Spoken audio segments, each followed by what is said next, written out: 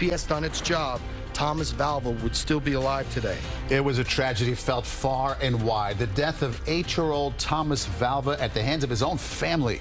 Now a grand jury has reported back on its findings into clues that may have been missed.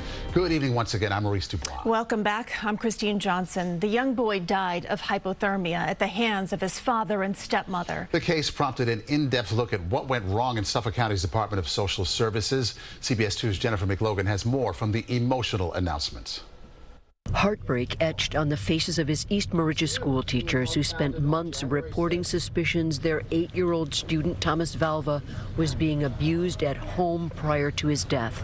But a grand jury has found their fears were dismissed by Child Protective Services. Had CPS done its job, Thomas Valva would still be alive today. Thomas died of hypothermia in 2020 after being forced by his then NYPD father Michael and his fiancée Angela Polina to sleep in the garage in freezing temperatures.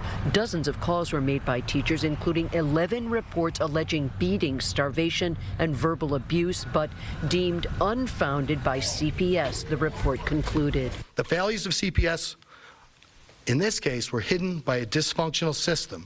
Under state confidentiality laws, the CPS cases can be shielded from investigators even after the death of a child. They are funded to provide this service to protect our children. And in these cases, the state law is blocking the accountability. Valva and Polina are spending 25 years to life in prison. Thomas's mother, Justina Zubko Valva, is suing the county for $200 million. The grand jury recommended no criminal charges against CPS caseworkers or supervisors.